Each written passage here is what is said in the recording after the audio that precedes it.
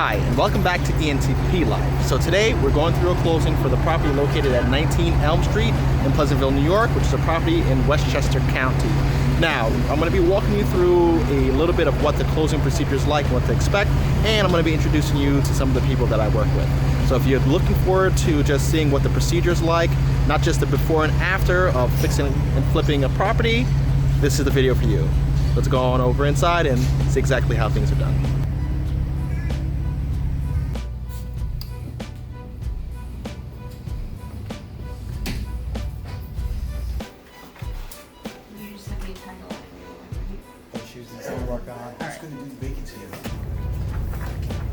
Here's the bank's HUD. I gotta have you sign there, how to, and we'll scan it back before we leave.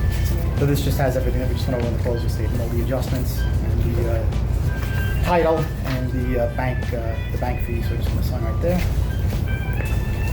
Same thing right here. Darren Sheehan, I'm an attorney.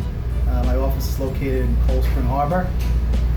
To briefly describe what takes place in a real estate transaction in New York.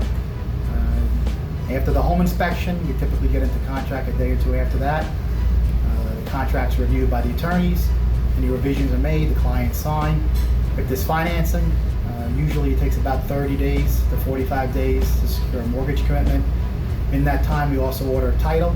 Title is done to make sure that there's no liens or judgments, or violations, or missing COs. That's the primary responsibility of the attorney, to make sure there's no issues for the buyer once they are the new owners of the home.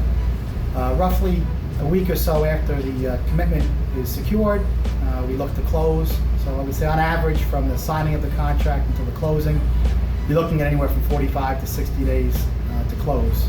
The closing itself takes about an hour or so. You sign a lot of mortgage documents, some affidavits from the title company, you get your deed, and all the transfer docs at the closing, and obviously copies of any other pertinent documents, to prove that you're the owner of the home and you have secure title.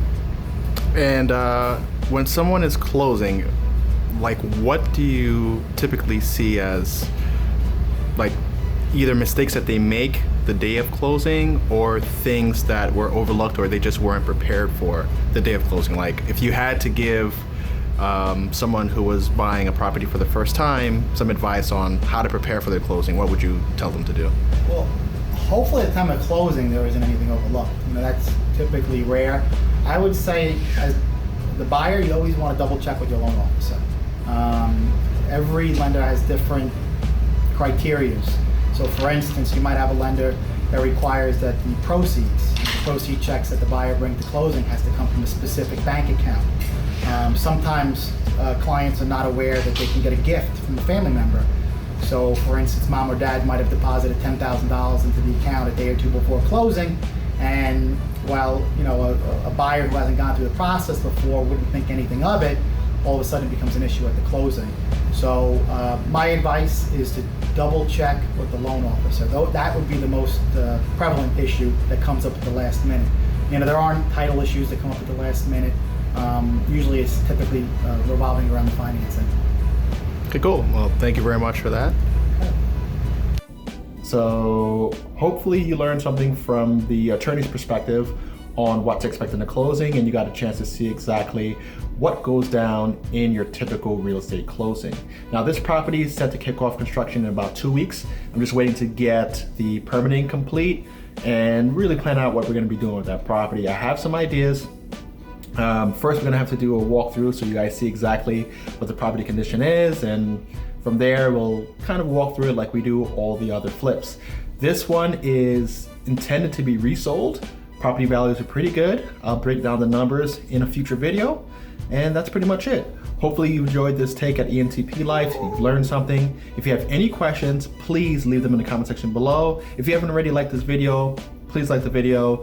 Whenever you like the video, it really helps. The more that you engage with each video, the more it helps the progression of YouTube's algorithm. They're tracking how much people are kind of watching the video, how many people liked it versus the views, how many people are commenting, my response time, and those sort of things. So the more that you engage, the better for me, the more people will see this. That's the baby crying in the background. So sorry about that. What else do we have going on? Yeah, so, and if you're not already a subscriber, please take the time out, hit that subscription button, turn your notification bell on so that you get alerted of any future video. Once again, thank you for joining me here at ENTP Life. Till the next one.